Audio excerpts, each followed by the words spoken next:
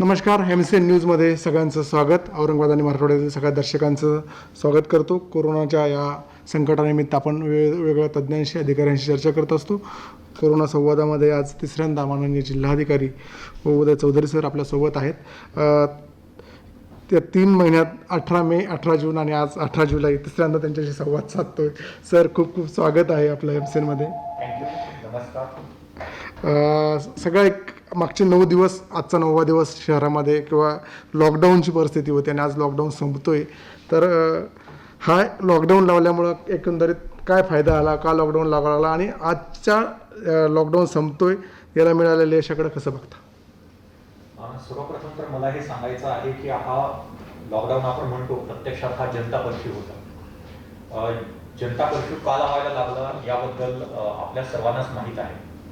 मोठ्या प्रमाणात आपली रुग्णसंख्या वाढत होती, मोठ्या प्रमाणात आपला मृत्यू वाढत होते औरंगाबादमध्ये. आणि अशा परिस्थितीत कोरोनावर नियंत्रण ठेवण्यासाठी कुठेतरी अगदी स्ट्रिक्ट असा कर्फ्यू असायला पाहिजे अशी मागणी जी आहे प्रामुख्याने समाजातूनच काही लोकप्रतिनिधींकडून, काही अधिकाऱ्यांकडून पण अशी काही होत होती. त्या अनुषंगाने आपण सर्व साधक बाधक या ठिकाणी चर्चा केली, सर्व घटकांना समावेश करून घेतला आणि सर्वांच्या सहमतीने आपण हा कर्फ्यू लावलेला आहे. ह्या कर्फ्यूचे जे 9 दिवस होते, हे 9 दिवसामध्ये सर्वप्रथम तर मला औरंगाबाद शहराच्या वाळूच्या जनतेचं फार फार आभार मानायचे आहे, कारण की त्यांनी उत्स्फूर्तपणे याला प्रतिसाद दिला. अगदी 100% मी तर म्हणणार की हे यशस्वी करून दाखवलं की आपण आपल्यावर स्वतःवर जर बंधन घालून घ्यायचं ठरवलं आणि आपण जर मनाशी ठरवलं तर आपण काय करू शकतो हे मागच्या 9 दिवसामध्ये औरंगाबाद शहरातल्या आणि वाळूच्या संपूर्ण परिसरातल्या जनतेने हे आपल्याला दाखवलेलं आहे. आता आपला जो प्रश्न आहे की हा सक्सेसफुल झाला का? पहिली गोष्ट तर आपल्याला हे लक्षात घ्यायला पाहिजे की सक्सेस आपण कोणत्या पॅरामीटरवर डिफाईन करतो. सर्वप्रथम तर जर कोणी जर म्हणेल की कर्फ्यू लावला आणि कर्फ्यूमुळे मग कोरोना निघून गेला, तर असं कधीही होऊ शकत नाही. जगात कुठेही झालेलं नाही आणि ते शक्य पण नाही. मात्र जर आपण असं म्हणणार असू की कर्फ्यूच्या पिरियडमध्ये आपल्या आरोग्य यंत्रणेला अधिक सक्षमतेने काम करता आलं का, तर त्याचं उत्तर निश्चितपणे हो आहे. निश्चितपणे आपल्या आरोग्य यंत्रणेने या कर्फ्यूच्या पिरियडचा पुरेपूर फायदा जो आहे तो प्रशासकीय आरोग्य यंत्रणेने घेतलेला आहे. ते पण मी सांगतो की कशा पद्धतीने याचा फायदा घेण्यात आलेला आहे. एक मी त्याच्यापूर्वी एक उदाहरण देतो. जर आज सपोज एखाद्या दिवशी जर आपल्या शहरामध्ये 1000 असे रुग्ण असतील की जे प्रत्यक्षात कोरोनाचे पॉझिटिव्ह आहेत, मात्र हे 1000 रुग्ण काही कारणांमुळे एकतर तपासणी केली गेलेली नाही आहे किंवा त्यांनी समोर आलेले नाही आहेत किंवा तशा पद्धतीने ते अनआयडेंटिफाईड पॉझिटिव्ह म्हणून आपण कन्सिडर करू की साधारणपणे 1000 आहे असं एक अंदाज घेऊ. आता हे 1000 रुग्ण जर एखाद्या शहरात असतील तर हे 1000 रुग्ण तितक्याच प्रमाणामध्ये कोरोनाचा प्रसार करणार आहे जर कुठेही बंधनं नसतील. आपण ह्या कर्फ्यूच्या पिरियडमध्ये काय केलं की ह्या 1000 रुग्णांपैकी, म्हणजे 1000 हा आकडा निश्चित आहे असं मी सांगत नाही, एक उदाहरणादाखल म्हणतो, पण आपण जवळपास मागच्या 9 दिवसामध्ये मॅसिव्ह टेस्टिंग करू. म्हणजे जवळपास मला या ठिकाणी सांगायचं आहे की कर्फ्यू पिरियड मध्ये जे आहे ते कर्फ्यू पिरियड मध्ये आपण अँटीजेन टेस्टिंगचा फार प्रभावीपणे वापर केला महापालिका क्षेत्रामध्ये आणि एकूण जवळपास महापालिका आणि ग्रामीणच्या मिळून 18,000 पेक्षा जास्त अँटीजेन टेस्टिंग केल्या. 18,000 पेक्षा जास्त फक्त या 9 दिवसामध्ये. त्याच्याशिवाय जे आपल्या PCR टेस्टिंग आहेत त्या देखील आपण जवळपास 5,000 PCR टेस्टिंग ह्या पिरियड मध्ये केल्या. म्हणजे दोन्ही मिळून एक 23,000 पर्यंत टेस्टिंग केला आणि आजचा दिवस अजून, शनिवारचा दिवस अजून शिल्लक आहे. म्हणजेच साधारणपणे दररोज 3-3 हजार इतक्या टेस्टिंग आपण करतो आहे, अजूनही जास्त प्रभावीपणे करतो आहे. याच्यातनं आपण जे कर्फ्यू पिरियड मध्ये अनआयडेंटिफाईड पॉझिटिव्ह आहेत असे जवळपास 784 पॉझिटिव्ह हे शोधून काढले आहेत, अजूनही शोधून काढतो आहे. मग याचा परिणाम काय होईल किंवा काय झाला? कर्फ्यू पिरियड मध्ये आपण हे 784 किंवा जे काय 800 जर पॉझिटिव्ह शोधून काढले, हे जर तसेच राहिले असते तर यांनी तितक्या प्रमाणात तो प्रसार केला असता. आज आपण हे अनआयडेंटिफाईड पॉझिटिव्ह शोधून काढल्यामुळे बाहेर मॅसिव्हली आता असं होणार की कर्फ्यू लिफ्ट झाल्यानंतर ज्यावेळी आता संपूर्ण पूर्वीप्रमाणे म्हणजे 9 जुलैला जी परिस्थिती होती ती येणार, त्यावेळी प्रसार करणारे जे एजंट आहेत ते सोसायटीमध्ये फार कमी असणार आणि त्याच्यामुळे ऑटोमॅटिकली हा जो प्रसार जो आहे हा प्रसार कुठेतरी थांबेल. Testing, tracing, isolation. Testing, tracing, isolation ही आपली त्रिसूत्री तर आहेत, परंतु त्याच्यापेक्षा महत्वाचं मला हे सांगायचं आहे की ह्या पिरियड मध्ये आपण अशा पद्धतीने स्ट्रॅटेजी केली. दुसरी गोष्ट अत्यंत महत्वाची आहे की ह्या कर्फ्यूच्या 9 दिवसामध्ये आपण जे काय एन्व्हायरमेंटल सॅनिटायझेशन झालं किंवा जे काय या ठिकाणी सॅनिटायझेशन झालं संपूर्ण ठिकठिकाणी, त्याच्यामुळे निश्चितपणे जो व्हायरसचा जो फोमाइट्स आहे किंवा जी साखळी आहे ती कुठेतरी एक डिस्टर्ब होण्यामध्ये, पूर्ण तुटणार असं मी म्हणणार नाही, परंतु डिस्टर्ब होण्यामध्ये खूप मोठी मदत या ठिकाणी झालेली आहे. आणि शिवाय पुढे मला हे पण सांगायचंय शेवटी की याचा निश्चितपणे परिणाम जो आहे हा पुढच्या महिनाभर आपल्याला याच्यामध्ये दिसून येईल. नक्कीच. म्हणजे एक महिना जो आहे आपल्याला हा वेळ मिळाला आहे ह्या सगळ्या यंत्रणेला त्यांना पूर्वची तयारी करण्यासाठी किंवा पुढचा सगळं प्लॅनिंगसाठी. सगळ्या मोठ्या MMR रिजन असतील किंवा मोठे अजून जे शहरं आहेत तिथं पण लॉकडाऊन लागलं आहे. सगळ्या मोठ्या शहरांमध्ये, महानगरांमध्ये, छोट्या शहरात पण पुन्हा कधी, कारण 3 दिवस मागच्या सगळ्या माध्यमांमध्ये एकच फोन येत आहेत की लॉकडाऊन वाढणार आहे का, लॉकडाऊन परत लावणार आहे का, असं काय आहे का? रोज तुम्ही तुमच्याकडनं क्लेरिफिकेशन पण आलं की लावणार नाही, तर काय काय सांगाल नागरिकांना? मला हेच सांगायचं आहे, कारण की हा जो 9 दिवसाचा जो जनता कर्फ्यू होता हा सर्वांच्या समावेशानंतरच आपण हा डिक्लेअर केला होता. आणि त्याच वेळी आपण हे निश्चित केलं होतं की हे 9 दिवसाचा पिरियड आपण एक्सटेंड करणार नाही, कारण आपल्याला कर्फ्यू मध्ये जगायचं नाही आहे. आपल्याला कोरोना व्हायरसला तोंड देत मुकाबला करत आपलं दैनंदिन जीवन कसं चालू करता येईल ते करायचं आहे. परंतु असं असताना देखील हा 9 दिवसाचा पिरियड आवश्यक होता असं काही तज्ञांचं मत पडल्यामुळे आम्ही हा लावला. याच्या पुढे मात्र येते काही दिवस तरी किमान आपण असा विचार अजिबात करत नाही आहे. सो त्याच्यामुळे आपल्याला आता हळूहळू आपलं पूर्वपदावर घेऊन जा. आणि जसं मी सांगितलं की जर आम्ही अनआयडेंटिफाईड इतक्या मोठ्या प्रमाणात पॉझिटिव्ह शोधून काढले आहेत तर प्रसार करणारे एजंट हे थोडे कमी झाले. कर्मधर्म संयोगाने अँटीजेन टेस्ट जी आहे ती ह्या कर्फ्यू पिरियड मध्येच आपल्याकडे आली आणि त्याचा आपण खूप प्रभावीपणे वापर केला. त्यामुळे आता अर्ध्या तासात आपल्याला रिझल्ट मिळत आहे. त्याच्यामुळे देखील भविष्यामध्ये जे आहे कोरोनाची विरुद्धची लढाई जी आहे ती अधिक स्ट्रॉंग होणार आहे. आता सगळं कर्फ्यू आज संपतोय संध्याकाळी किंवा लॉकडाऊन संपतोय, परत सगळे नियम शिथिल होणार का? पहिलं जसं होतं तसंच कंटिन्यू जे पहिले काही नियम होते कर्फ्यू लागण्याआधी तसं सगळं सुरळीत होणार का? या ठिकाणी मला सांगायचंय की जे 9 जुलैला जे काय होतं परिस्थिती, ती परिस्थिती आपली आता 19 जुलैला काय म्हणते. मधले 9 दिवस कर्फ्यूचे जर वजा केले तर पूर्वी जसं होतं तसंच आपलं चालू राहील. याचा अर्थ असा नाही म्हणजे कर्फ्यू संपलेला आहे पण कोरोना संपलेला नाही आहे. त्याच्यामुळे लगेच आपलं कर्फ्यू संपलं म्हणून लगेच घराबाहेर पडणं, इकडे तिकडे फिरणं किंवा मास्कचा वापर न करणं असं कृपया करू नये असं मला या ठिकाणी आवाहन करायचं. सर त्याचबरोबर की एक सगळं आपण सुरुवातीला बोललो होतो 2 महिन्यापूर्वी 1000 रुग्ण होते, नंतर 3000 समथिंग रुग्ण होते आणि आज आपण बोलतोय 10,000 रुग्ण आहे. तर येणाऱ्या भविष्याच्या काळामध्ये किंवा पुढच्या महिन्यात, पुढच्या 2 महिन्यामध्ये जोपर्यंत व्हॅक्सिन येत नाही, लस येत नाही किंवा या सगळ्या दृष्टीनं काय प्रशासनानं स्ट्रॅटेजी केली आहे? कारण 3000 to 9000 एक 3 पट वाढलेले आहेत, म्हणजे 10,000 झालेले आहेत. आता पुढच्या 1 महिनाभरामध्ये किती लोकांना आपण हँडल करू शकू, किती लोकांवरती ट्रीटमेंट करू, काय जिल्हा प्रशासनाचं काय नियोजन आहे? प्रत्यक्षात आपण जी संख्या सांगतो ती किंवा जी वृत्तपत्रांमध्ये चर्चिली जाते ती एकूण रुग्णांची सगळ्या ऍक्टिव्ह केसेस नसतात. प्रत्यक्षात ऍक्टिव्ह केसेस जर बघितल्या तर 3,500च्या घरात आपल्या ऍक्टिव्ह केसेस आहेत. आपली औरंगाबाद पूर्ण जिल्ह्याची क्षमता आहे, आपण 10,000 बेडचं नियोजन केलेलं आहे. सो त्या दृष्टीने 3,500 केसेसला मॅनेज करणं हे आपल्यासाठी इतकी मोठी गोष्ट नाही. आपण ते व्यवस्थितपणे मॅनेज करतो आहे कारण आपलं नियोजनच 10,000 बेडचं आहे. त्याच्याशिवाय आपण गेल्या 3 महिन्यामध्ये सातत्याने हॉस्पिटल सोबत आणि सर्वांसोबत इंटरॅक्शन करून त्यांच्यावर फोर्स करून काही ठिकाणी हे आपण ICU बेड आणि ऑक्सिजन बेडचे वाढवून घेतलेले आहेत. त्याच्यामुळे वरिष्ठ उपचार जे आहे जसं टर्शियरी लेवलचे उपचार असतील क्रिटिकल पेशंट्सला किंवा DCHCला उपचार असतील हे पण खूप मोठ्या प्रमाणावर आपली क्षमता त्या ठिकाणी तयार झालेली आहे. जवळपास आपल्याकडे आज मितीला 2,000 पर्यंत ऑक्सिजन बेड आहे आणि त्याचप्रमाणे 350 पेक्षा जास्त आपल्याकडे ICU बेड्स हे फक्त कोरोनासाठी डेडिकेटेड अवेलेबल आहे. आपल्याकडे सर्व खासगी आणि शासकीय यंत्रणा मिळून जवळपास 200 पेक्षा जास्त व्हेंटिलेटर्स आपल्याकडे आज अवेलेबल आहे. हा सगळा इन्फ्रास्ट्रक्चर आपल्याकडे औरंगाबाद शहरामध्ये आहे आणि मला हे पण या ठिकाणी सांगायचंय की याचा फायदा फक्त औरंगाबादच नाही तर बाकीच्या जिल्ह्यातले पण रुग्ण आपल्याकडे येऊन घेत आहेत त्याचा फायदा. त्याचप्रमाणे हॉस्पिटल्सने मध्यंतरी अशा काही तक्रारी होत्या की हॉस्पिटल्स जास्त बिलाची आकारणी करत आहे किंवा त्यांना सिव्हिअर क्रिटिकल दाखवत आहे. मागच्या वेळेस महत्त्वाचा मुद्दा एक मुद्दा आपल्या मागच्या चर्चेच्या वेळी होता.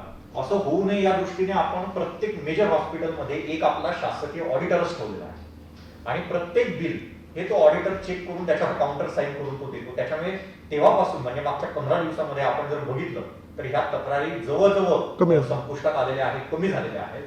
आणि त्याचप्रमाणे बेड मिळण्यासाठी देखील महापालिकेचे वॉर रूम मधून प्रत्येक ठिकाणी त्या पेशंटला जर गरज असेल तर त्या ठिकाणी त्याची प्लेसमेंट केली जाते आणि रिअल टाइम जो इन्फो आहे तो महापालिकेच्या ऍपमधून तो प्रत्येक रुग्णाला हा मिळत असतो. त्याच्या व्यतिरिक्त तुम्ही जो सांगितला प्रसाराचा मुद्दा, प्रामुख्याने प्रसाराच्या मुद्द्यात मला हे सांगायचं आहे की हे जेव्हा आपण करत आहे तेव्हा जर तुम्ही मला जिल्हाधिकारी म्हणून जर विचारलं की ठीक आहे कोरोनाला थांबवणं हे आपलं प्राथमिक उद्देश आहे, पण कोरोनाला थांबवत असताना आपलं त्यातल्या त्यात जे काही 2-3 सब पॉईंट असतील त्यात सर्वात महत्वाचा पॉईंट होता.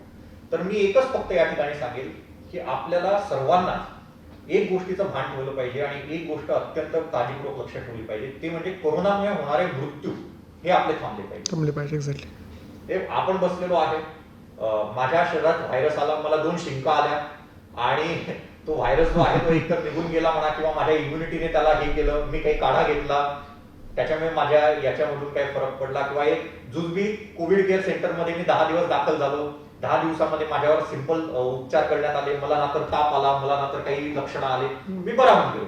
तर याला काय म्हणून घाबरून जायची गरज नाही, कारण जागतिक संघटनांनी सांगितलंय की जगामध्ये हा कोरोना व्हायरस, त्यांनी तर टक्केवारी पण सांगितली, कोणी म्हणतं 60%, कोणी म्हणतं 40%, कोणी तर इतक्या टक्के लोकांना हा होणारच आहे, आज होईल, उद्या होईल, कधी ना कधी होईल. त्याच्यामुळे त्याला घाबरून जायची गरज नाही. पण ज्यावेळी व्हायरस हा ज्याला आपण म्हणतो की हेल्थ हॅझार्ड ह्या दृष्टीने जेव्हा काम करेल आणि त्याच्यामुळे जेव्हा आपल्या जीवन मरणाचा प्रश्न जेव्हा निर्माण होईल त्यावेळी मात्र निश्चितपणे ते गंभीर मुद्दा आहे. आणि याच्याच करता म्हणून आपले जे त्रिसूत्रीवर आपण जे काम करतोय त्याच्यात सर्वात पहिला, सर्वात कोर, सर्वात क्रिटिकल मुद्दा हा आहे की मृत्यू थांबवणे. एक्झॅक्टली. जे संपूर्ण प्रशासन हे मृत्यू थांबवण्याकरता आपण जर म्हटलं की प्रायोरिटी 1 ही मृत्यू थांबवण्याची आहे, प्रायोरिटी 2 ही आपले जे पेशंट आहेत येत आहेत त्यांना योग्य रीतीने उपचार मिळतील याची दक्षता घेण्यासाठी पेशंट मॅनेजमेंट करण्याची आहे. आणि मग प्रायोरिटी 3 मध्ये आपण असं म्हणू शकतो की याचा प्रसार कसा रोखता येईल, कशा पद्धतीने कमीत कमी लोकांना याचा प्रसार होता येईल, ह्याकडे आपलं जे आहे ते लक्ष आहे. कारण ह्या प्रायोरिटी जर आपण चेंज केल्या, आपण जर म्हटलं आधी प्रसाराकडे लक्ष द्या आणि इकडे मात्र लोक मृत्युमुखी पडतायत त्यांच्याकडे काही लक्ष देऊ नका, तर ते चुकीचं आहे. म्हणून ज्या मी प्रायोरिटी सांगितल्या त्या प्रायोरिटीने आमचं संपूर्ण प्रशासन जे आहे ते काम करत आहे. खूप महत्त्वाचं आहे, म्हणजे मृत्यू दर कमी केला तर खूप पॅनिक कमी होईल त्या दृष्टीनं. सर, आधी सध्या ग्रामीण भागात कमी नंतर बजाजनगर एक मोठा हॉटस्पॉट बनला होता, त्यानंतर इतरही भागात आता जिल्ह्यामध्ये काही ठिकाणी रुग्ण वाढत आहेत. काल गंगापूरमध्ये पण एक मोठी फिगर होती. असे जे सगळीकडे वाढायला लागलेत आकडे, त्याकडे कसं बघतात आणि जिल्ह्यात तसं काही नियोजन आहे? जे आपले आकडे वाढत चाललेले आहे म्हणजे प्रामुख्याने शहरात तर आकडे खूपच जास्त वाढलेले आहेत, आपल्या सर्वांना माहीत आहे. त्याच्या खालोखाल ग्रामीण भागामध्ये जे आहे ते ग्रामीण भागामध्ये पण आता वेगाने जे आहे ते रुग्ण वाढत आहेत. परंतु त्या ठिकाणी मला स्पष्ट करायचं आहे, जर ग्रामीण भागातल्या आपल्या जर 2374 केसेस असतील तर ह्या 2374 केसेस पैकी 1300 पेक्षा जास्त 1400 केसेस या एकट्या औरंगाबाद तालुक्यातल्या आहेत, म्हणजे आजूबाजूच्या परिसरातल्या, आणि त्यातल्या बजाजनगर मधल्या 1000 केसेस आहेत. त्याच्याशिवाय गंगापूरच्या ज्या 411 केसेस आहेत त्याच्यातल्या 350 केसेस तर ते रांजणगाव किंवा वाळूज भागातल्या आहेत. म्हणजे थोडक्यात जर ग्रामीण भागाचा विचार केला आपण तर एक 60% केसेस ह्या आपल्या शहरालगतचा जो भाग आहे तिथल्याच आहे, अर्बनच म्हणता येईल. आपण त्याला पेरी अर्बन अशा पद्धतीने आपण म्हणू शकतो. आणि एक खूप चांगली गोष्ट अशी आहे की त्या ठिकाणी आपलं जे सर्वेक्षण आहे ते इतकं फुलप्रूफ आहे. जवळपास 350 टीम रोज सर्वेक्षण करून आयएलआय शोधून काढण्याचं काम करत आहेत, त्यांना लवकर त्यांना डिटेक्ट करत आहेत. त्याच्यामुळे त्या ठिकाणचा जो मृत्यू दर आहे त्या ठिकाणचा मृत्यू दर हा फक्त 0.7% आहे. क्या बात. म्हणजे संपूर्ण औरंगाबाद ग्रामीणचा जो मृत्यू दर आहे तो फक्त 0.7% आहे, जो की आपल्या जिल्ह्याचा एकेकाळी म्हणजे 16 जून रोजी एक महिनाभरापूर्वी आपल्या जिल्ह्याचा मृत्यू दर होता तो 5.61% होता. खूप जास्त चर्चा होती. आता त्या अनुषंगाने हा मृत्यू दर कमी. मग आमच्या पण ते लक्षात आलं की जरी ह्या केसेस झपाट्याने वाढत असल्या, जसं तुम्ही सांगितलं, तरी आपल्याकडे मृत्यू मात्र तितक्या झपाट्याने वाढत नाही आहेत. म्हणजे कुठेतरी आपली ही जी स्ट्रॅटेजी आहे ही काम करते आहे. आपण सर्व्हिलन्स करू शकतो आहे, आपण यांना लवकर शोधू शकतो आहे, लोकांमध्ये जनजागृती करू शकतो आहे. पहिले जे 5000 केसेस होत्या आपल्या, तुम्ही आता 10,000चा टप्पा सांगितला म्हणून मला या ठिकाणी सांगायचं, पहिल्या 5000 केसेस मध्ये आपले 247 मृत्यू होते सुरुवातीच्या 5000 केस. मात्र नंतरच्या 5000 केस मध्ये फक्त 140 मृत्यू आहे. आपला तर प्रयत्न आहे की एकही मृत्यू नको, परंतु एक कंपॅरिझनच करायचं असेल तर पहिल्या 5000 केसेस मध्ये 4.9% मृत्यू दर होता. नंतरच्या 5000 केस मध्ये फक्त 2.8% मृत्यू दर आहे, म्हणजे 3%च्या खाली मृत्यू दर आहे, राज्याच्या पण ऍव्हरेजच्या खाली मृत्यू दर आहे. तर त्यामुळे मला या ठिकाणी सांगायचंय की प्रसार तर निश्चितपणे थांबला पाहिजे, परंतु त्याच्यापेक्षाही महत्वाचं आहे की सर्व्हिलन्स मध्ये जर कोणालाही कुठलीही लक्षणं असतील तर ते अंगावर काढू नये, स्वतःहून समोर या. आता आपण बघतो की अँटीजेन टेस्टिंग अगदी रॅपिड अर्ध्या तासात रिझल्ट देत असल्यामुळे बरेच लोक हे स्वतःहून पण समोर येतात की आम्हाला तपासा म्हणून. आणि ही खूप चांगली मला असं वाटतं की गोष्ट आहे. पण तेच आपल्याकडे काही असे एरिया आहे की ज्या ठिकाणी लोक अजूनही त्याला नकार देत आहेत. हे एरिया आमच्यासाठी थोडेसे अडचणीचे आहे. तशाच एरियांमध्ये काही व्यापाऱ्याच्या संघटनांशी 2 दिवसापासून चालू आहे. म्हणजे महानगरपालिकेने सगळे दूध विक्रेते, भाजी विक्रेते यांची अँटीजेन टेस्ट करावी, ते नागरिकांसाठी सुरक्षित राहील. मग त्याला काहीसा थोडासा व्यापाऱ्यांमध्ये नाराजी आहे. काय सांगाल जिल्हाधिकारी म्हणून? कारण शहराचा आकडा ग्रामीण जर इतकं कमी असेल, शहर मात्र कंट्रोल येत नाही, ते वाढतच आहे. शहरामध्ये मला हे सांगायचं आहे की शहराची पूर्ण पार्श्वभूमी, शहराची परिस्थिती ही पूर्णपणे भिन्न आहे, वेगळी आहे. मात्र असं असलं तरी पण जो प्रशासकांनी जो निर्णय घेतलेला आहे त्याच्या मागे उद्देश पण तसाच आहे. कारण की जर कर्फ्यू मध्ये जर आपण इतके 800 पेशंट एक शोधून काढू शकतो आहे, म्हणजे पूर्ण जे फिरले असते त्यांना जर आपण बाहेर काढू शकतो आहे, तर मग कर्फ्यू निघाल्यानंतर जर सगळेच एकदम एकत्र आलेत बाहेर, तर ते होऊ नये ह्या दृष्टीने त्यांनी ठेवलेलं आहे. फक्त मला या ठिकाणी असं सांगायचं की याच्यावर पण आम्ही एक सविस्तरपणे विचार करणार, कोणालाही इनकन्व्हिनियन्स होता कामा नये ह्या दृष्टीनेच आपलं नियोजन राहणार आहे. शेवटी औरंगाबाद जिल्ह्यामध्ये फळ विक्रेते असू दे, भाजीपाला विक्रेते असू दे, किराणा दुकानदार, पूर्ण ट्रेडर कम्युनिटी, हे काय म्हणजे 2000 5000 असं नाही आहे. म्हणजे जवळपास काही आकडे तर सांगतात की 1.25 लाख ते 1.5 लाखाच्या घरामध्ये आपले हे संपूर्ण जे आहे ते संपूर्ण घटक आहे. आता इतक्यांची लगेच 2 दिवसात काय आपण टेस्ट करणार नाही, ते शक्य पण नाही. परंतु जे महत्वाचे घटक आहेत आणि त्यातल्या त्यात जे कंटेनमेंट एरिया आणि आसपासच्या भागामध्ये जे राहतात की ज्यांच्यामध्ये इफेक्टिव्हिटी जास्त असू शकते आणि जिथून जास्त स्प्रेड होऊ शकते, मग जाधव मंडीत येणारे भाजीपाला विक्रेते असतील, मध्यंतरी खूप अशी चर्चा होती की भाजीपाला विक्रेत्यांपासून हे होतं, किंवा मग मटन शॉप्स असतील किंवा किराणा दुकानं असतील, तर अशा काही ठिकाणून स्प्रेड होता कामा नये ह्या दृष्टीने ते महापालिकेने पॉलिसी केलेली आहे. पण मला निश्चितपणे खात्री आहे की हे टप्प्याटप्प्यानेच होणार. असं अगदीच कोणी पॅनिक होण्याची अजिबात गरज नाही किंवा घाबरून जायची पण गरज नाही.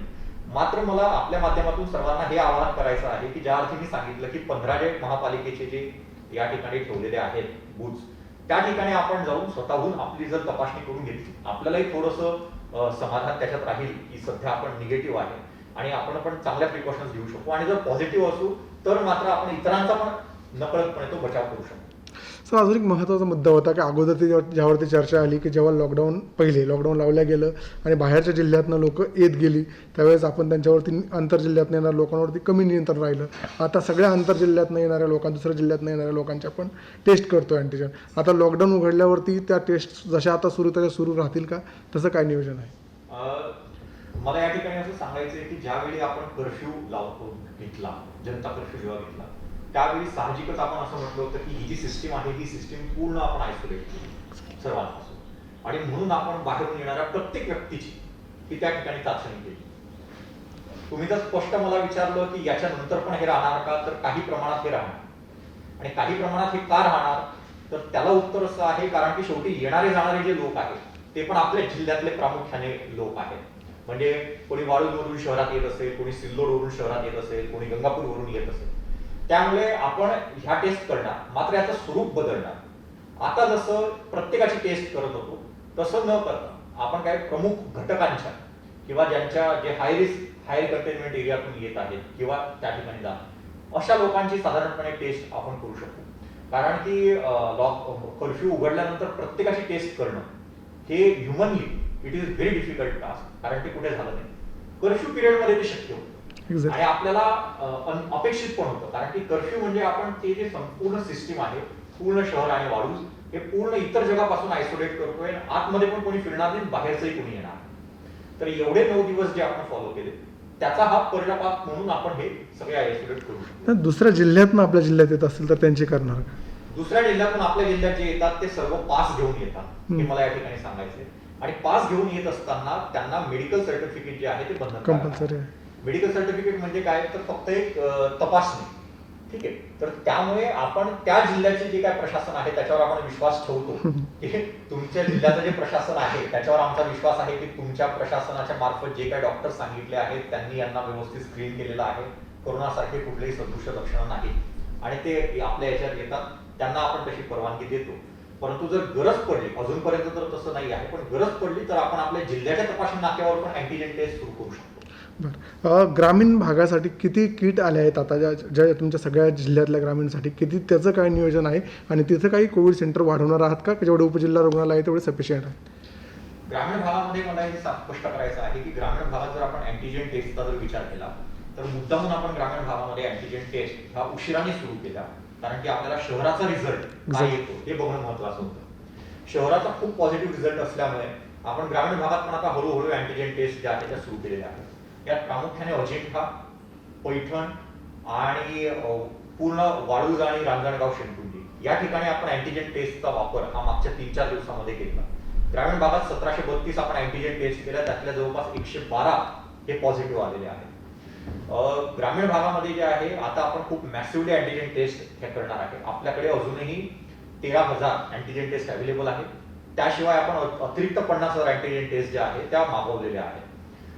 महापालिकेकडे जवळपास 50,000 अँटीजेन टेस्ट त्यांची तयारी आहे आणि त्याच्याशिवाय त्यांनी अजून 50,000 टेस्ट ज्या आहेत त्या मागवल्या आहेत. सो त्याच्यामुळे हा एक पॅराडाईम शिफ्ट आहे. म्हणजे जे PCR टेस्ट होती लॅबमध्ये ती आता थोडी कमी होऊन आता सर्व अँटीजेनवर एक शिफ्ट होणार आहे. अँटीजेन टेस्ट चांगली का वाईट असे पण भरपूर विश्वासदर्शक हे होते की त्याच्यात एकीकडे निगेटिव्ह एकीकडे पॉझिटिव्ह वगैरे वगैरे. मला सर्वांना हेच आवाहन करायचं आणि आपल्या माध्यमातून सगळे लोक आपलं चॅनल बघतात की अशा कुठल्याही अफवांवर म्हणा किंवा अशा कुठल्याही बातम्यांवर अगदी अंधपणे विश्वास ठेवू नका.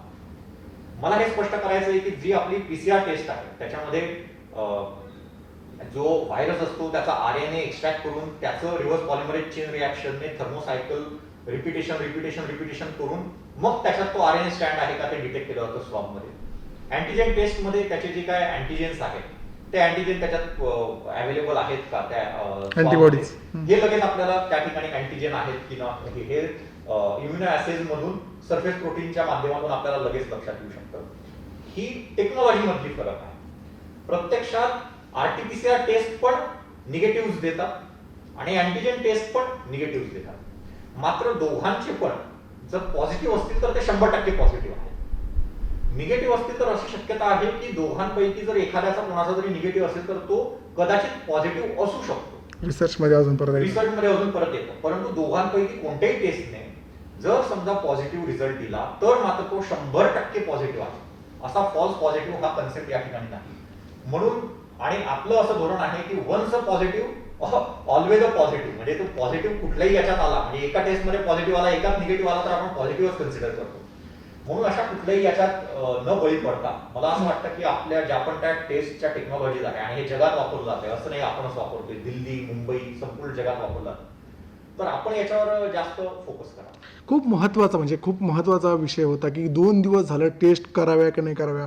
म्हणजे मला कुणालाही जनरल माणसाला जाताना नाही PCR आपल्याला ती स्वॅब घेऊन टेस्ट द्यायची आहे आणि ही टेस्ट द्यायला पाहिजे की नाही ही खरी नाही आहे, कदाचित चुकू शकतं. खूप म्हणजे तो मुद्दा सरांनी खूप चांगल्या पद्धतीने क्लिअर केला आहे की व्यापाऱ्यांमध्ये पण ती टेस्ट खरोखर फॉर्मॅलिटी आहे का, तर तसं नाही. त्यांनी ते खूप विस्तृत पद्धतीने सांगितलं आहे. सर या सगळ्या मुद्द्यांवरती 2-3 फक्त प्रश्न आहेत शेवटचे. त्यातला एक प्रश्न एक शेतकऱ्यांचा महत्त्वाचा आहे. दरवेळी 2 प्रश्न आपण शेतकऱ्यांचे घेत असतो की युरियाचा बद्दल तुम्ही खूप मीटिंग्स घेतायत, खूप नियोजन करतायत पुरवठ्याबद्दल, पण तसा ग्रामीण भागात अजूनही काही शेतकऱ्यांना युरिया मिळत नाही आहे. दुकानदारांकडनं कृषी उत्पन्नाचे सेंटर आहे त्यांच्याकडनं 2 वेगळ्या खताच्या गोण्यासोबत कंपल्सरी केलं जातं, मग युरिया दिली जाते गोणी. असं खूप ग्रामीण भागातले सगळे आमचे जे प्रतिनिधी कळवत असतात. काय नियोजन आहे? खरंच टंचाई आहे की साठेबाजीमुळे कृत्रिम टंचाई आहे? उत्तर तुम्हीच दिलेलं आहे. हा कृत्रिम टंचाईचा विषय आहे. प्रत्यक्षात आपण जिल्ह्याचा विचार करू, ज्या अर्थी आपण जिल्ह्याचं बोलत आहे. जिल्ह्यामध्ये आपलं 1,01,000 आवंटन मेट्रिक टनचं युरियाचं आवंटन कृषी विभागाने दिले. आता हे 1,01,000 मेट्रिक टनचं जे आवंटन आहे हे आपल्याला सप्टेंबर पर्यंत येणं अपेक्षित आहे. 1,01,000. मग सप्टेंबर 30 सप्टेंबर पर्यंत जर 1,01,000 मेट्रिक टन येणं अपेक्षित असेल युरिया, तर आज साधारण किती असायला पाहिजे? आज आपल्याकडे संपूर्ण औरंगाबादमध्ये 78,000 मेट्रिक टन युरिया आलेला आहे. त्याच्यात 19,000 मेट्रिक टन युरिया तर आपल्याकडे मे महिन्यातच होता. 19,000 मेट्रिक टन आणि त्याच्यानंतर जवळपास आता 58,500 मेट्रिक टन जो आहे तो नवीन आलेला आहे. आता 78,000 मेट्रिक टन युरिया जेव्हा आपल्या संपूर्ण जिल्ह्यात आहे तरी पण मग शेतकऱ्यांना युरिया मिळत नाही असं काय? मग आम्ही फार खोलात जाऊन त्याचा शोध घेतला दुकानदारांकडून शेतकऱ्यांकडून सर्व. थोडंसं एक पॅनिक बाईंग ही जी गोष्ट आहे, म्हणजे पॅनिक होऊन किंवा काहीतरी भीती की अरे परत लॉकडाऊन लागेल, हातातले पिकं चालले जातील, युरिया नंतर भेटणार नाही, आणि मग काही अफवा, जसं आपण आता या ठिकाणी सांगितलं की युरिया नाही, युरिया नाही, युरिया नाही. सो त्याच्याकरता म्हणून खूप लोकांनी काय केलं की जे नॉर्मल आपलं ऍग्रिकल्चरल सायकल असते की युरिया जेव्हा गरज पडेल त्यावेळी टप्प्याटप्प्याने वगैरे आपण घेतो, तसं न करता रबीचा युरिया काही काही लोकांनी आताच घेऊन ठेवला. बरोबर. प्रत्यक्षात रबीचं आपलं आवंटन वेगळं असतं, खरीपाचं वेगळं असतं. हा जो आहे हा खरीपाचा आहे, पण खरीपात पण आपण रब्बीचा पण युरिया आताच काही काही लोकांनी घेऊन ठेवलेला आहे. त्याच्यामुळे काय झालेलं आहे की हे जे सायकल जे आहे थोडंसं डिस्टर्ब झालेलं आपल्याला दिसतं. मात्र असं असलं तरी पण मला आपल्या माध्यमातून हे सर्व शेतकऱ्यांना आश्वस्त करायचं आहे की कुठलाही युरियाचा तुटवडा आपल्याकडे नाहीये आणि तो पडूही दिला जाणार नाही. आपण सन्माननीय पालकमंत्री महोदयांच्या माध्यमातून आरसीएफचा थरचा प्लांट निसर्ग चक्रीवादळात डॅमेज झालेला असून देखील तिथून आपण 4 रेक या तातडीने बोलवून घेतल्या ज्यावेळी अशी परिस्थिती निर्माण होती. लॉकडाऊन पिरियड मध्ये देखील आपण 3 रेक ह्या उतरवून घेतलेल्या आहेत खताच्या. लॉकडाऊन म्हणजे हे जनता कर्फ्यू असताना देखील ह्या मागच्या 9 दिवसामध्ये. त्याच्यामुळे मला असं वाटत नाही की या ठिकाणी काही अडचण आहे. मात्र फक्त मला एकच विनंती करायची आहे, खूप जास्त हुल्लडबाजीने किंवा खूप जास्त त्या ठिकाणी गर्दी केल्याने आपण आपलंच आरोग्य जे आहे ते थोडंसं धोक्यात घालू. थोडं सविस्तरपणे आम्ही दुकानदारांनी सांगितलंय की तुम्ही टोकन सिस्टीमचा वापर करा, SMS चा वापर करा, शेतकऱ्यांपर्यंत व्यवस्थित कम्युनिकेट करा. मात्र जी मी तुम्हाला वस्तुस्थिती सांगितली की काही प्रमाणामध्ये असं झालेलं आहे काही शेतकऱ्यांकडून की त्यांची चुकी नाही, कारण की एक कुठेतरी अफवा असते आणि कुठेतरी डोक्यात असतं की रबीचा युरिया आताच घेऊन ठेवा. तर त्यामुळे हे थोडंसं कृत्रिम ज्याला आपण म्हणतो ते निर्माण झालं. आणि कृषी सेवा केंद्रवाल्यांकडनं पण बाकीच्या 2 खताच्या गोण्या घेतल्यावरती युरियाच्या 2 गोण्या असं जी बंधन आहे त्यावरती काही त्याच्यावर मला हे स्पष्ट करायचंय की असं कुठलंही बंधन आपण घालून दिलेलं नाही. फक्त विषय असा होतो पर्टिक्युलरली युरियाच्या बाबतीत की indiscriminate use of fertiliser and particularly urea centric fertiliser हे आपण डिस्करेज करत असतो. ते ऍग्रिकल्चर डिपार्टमेंटचीच ती स्ट्रॅटेजी आहे, कारण की जमिनीच्या रिक्वायरमेंट प्रमाणे जमिनीला खतं दिली गेली पाहिजे. त्याच्यामुळे काही ठिकाणी अशा पद्धतीने तोंडी सूचना ज्या आहेत त्या डिपार्टमेंट कडून दिल्या गेल्याची शक्यता आहे की तुम्ही युरिया फक्त नुसतं असं नका सांगू, त्या शेतकऱ्याला उलट मार्गदर्शन करा की अरे बाबा नुसता युरिया नाही, तू दुसरं पण घे, नाहीतर तू नुसता युरिया टाकला तर तुझं काय होणार नाही, उलटा पोत तुझा फसेल. बरोबर. तो तशा पद्धतीने मार्गदर्शन करून हे देणं आवश्यक आहे. मात्र कुठेही कमिशनच्या दृष्टीने असं होऊ नये ह्याच्या आमच्या स्पष्ट सूचना आहेत. एक्झॅक्टली. हा खूप मोठे म्हणजे युरियाबद्दल ग्रामीण भागात जी मागच्या 8 दिवसापासून युरिया नाही ही जी चर्चा आहे त्याचं एक समर्पक उत्तर सरांनी दिलं आहे. सर आता 2च शेवटचे प्रश्न. त्यातला एक पहिला की आज संध्याकाळी लॉकडाऊन संपतोय आणि काही 2 दिवसांनी श्रावण पण सुरू होतोय आणि त्यानंतर काय एक माणसाचं खूप गंभीर आहे. आपण 8 दिवस इतके 9 दिवस खूप पाळलं आहे गंभीरतेनं आणि एकदम सगळे जर बाहेर पडलं तर आपण जी सगळ्यांनी पाळलं आहे ते सगळं पाण्यात जाईल एकत्र बाहेर पडले तर त्यानंतर श्रावण लागणार म्हणून त्याच्या आदल्या दिवशी जे काय आहे खूप मद्याचा साठा करून घेणार आहे किंवा तशी जी आहे खूप एक तसं एक जत्रा म्हणून त्याकडे बघितलं जातं त्या या सगळ्या याच्याकडं. तर त्यावेळेस मद्याच्या जी दुकानं आहे सगळे जे मद्य परवानाधारक दुकानं आहे त्यांच्याकडनं त्यांनी जे नियम पाळणं आहे ते अपेक्षित दिसत नाही जिल्ह्यामध्ये शहरामध्ये. त्यांना घरपोच सेवा सांगितली असेल किंवा जे सांगितलं असेल सरळ त्या दुकानाच्या बाहेर दिलं जातं आणि त्या एका गोष्टीमुळे परत संसर्ग वाढण्याची शक्यता आहे. कसं बघता, काय सांगा? निश्चितपणे हा महत्वाचा मुद्दा आहे. आमचं तर म्हणणं आहे की श्रावणामध्ये आपण त्याच्यापासून दूरच राहा, श्रावण असू दे परंतु मद्य विक्रीला आपण ऑफलाईन स्वरूपात परवानगी ही नाकारलेली आहे. फक्त ऑनलाईन मद्य विक्री होणार संपूर्ण शहरामध्ये. आणि असं होत असताना जर आपण म्हणतात तशा पद्धतीचं काही ठिकाणी आमच्याकडे कंप्लेंट्स आल्या त्या ठिकाणी आपण पोलीस कारवाई देखील केलेल्या आहेत मोठ्या प्रमाणामध्ये. अजूनही आपण अशा पद्धतीने कारवाया करणार. मात्र मला आपल्या माध्यमातून हे स्पष्ट करायचं आहे की श्रावण असला तरी देखील आपले रेस्टॉरंट्स आणि आपले उपहारगृह हे उघडले जाणार नाही. तुमची जी गटारी अमावस्या म्हणून कन्सेप्ट असते त्या दिवशी देखील कोणालाही त्याचा रिलीफ जो आहे तो मिळणार नाही आहे. आपल्याला मद्य सेवन जर करायचं असेल तर ते आपल्याला घरीच करावं लागेल आणि ऑनलाईनच्या माध्यमातूनच आपल्याला ते मागवता येणार आहे, कारण नॉन इसेन्शियल कम्युनिटी आहे म्हणून ते ऑनलाईन मधून आपण हे ठेवलेलं आहे. त्याचसोबत एक महत्वाचं मला या ठिकाणी आवाहन करायचं आहे, आपण विषय घेतला म्हणून, की ओम नमः शिवाय म्हणून सर्वच आपण शंकराचे भक्त आहे, परंतु श्रावणामध्ये कुठलेही शंकराची मंदिरं उघडली जाणार नाही आहे. वेरूळचं मंदिर असू दे, कुठलं भद्रा मारुतीचं असू दे, कुठलंही असू दे, आपली ही मंदिरं उघडली जाणार नाही. त्याच्यामुळे उगीच आपण त्या ठिकाणी सोमवारी किंवा इतर दिवशी गर्दी करून काय हे नाही. ज्या दिवशी संपूर्ण राज्यामध्ये असा काही निर्णय होईल धार्मिक स्थळांबाबत त्यावेळी तो पण निर्णय होईल. आणि त्याच अनुषंगाने बकरी ईदच्या अनुषंगाने पण तोच विषय आहे की बकरी ईदसाठी पण सर्व आमच्या मुस्लिम बांधवांना विनंती आहे की आपण तो साधेपणाने आपण हे साजरं करावं, बाहेर येऊ नये, घराच्या बाहेर येऊ नये.